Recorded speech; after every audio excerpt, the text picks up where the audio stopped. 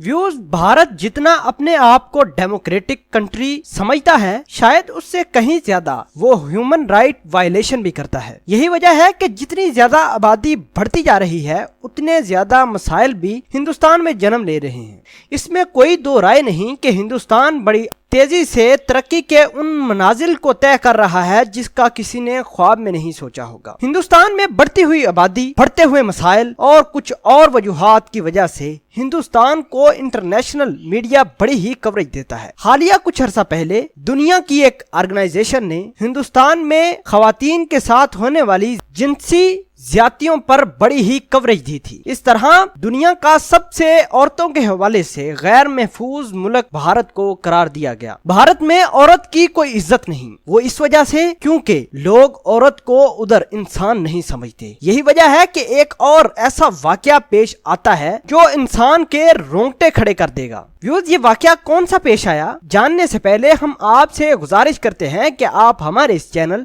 हसना TV को subscribe कर लें ताकि आने वाली हर लेटेस्ट वीडियो से आप बखबर रहें। व्यूज, भारत में एक ऐसा इलाका पाया जाता है जहां सालाना एक मेला लगता है। उस मेले में बीवियों को लोग किराए पर देते हैं, जिसमें गाहक आते हैं और मेले में अपनी पसंदीदा लड़की को सिलेक्ट करते हैं, जिसके बाद मुआयदा हो जाता है। और जब मुआयदा खत्म हो जाता है और उसके बाद फिर वो लड़की वापिस आ जाती है। व्यूज, मीडिया के मुताबिक भारत में किराए पर बीवी दस्तयाब है के बैनर तले मेले भी मुनक्कद होते हैं, जिसमें भारत की रियासत मध्य प्रदेश के एक गांव में अमीर और ऊंची जात के लोगों को खवातीन बतूरे बीवी किराए पर दी जाती है, चाहे वो 1 माह के लिए किराए पर दी जाए या 1 साल के लिए। औरत किराए पर देने के लिए शिवपुरी जो एक मध्य प्रदेश का जिला है, उसमें बकायदा एक मुआयदा तय किया जाता है। यह मुआयदा 10 रुपए से 100 रुपए तक के स्टाम्प पेपर पर किया जाता है, जिसमें औरत को किराए पर रखने की शराइत तय की जाती है। बाज मर्द खवातीन का तबादला भी कर लेते हैं, इसीलिए यहाँ बकायदा एक बाजार लगता है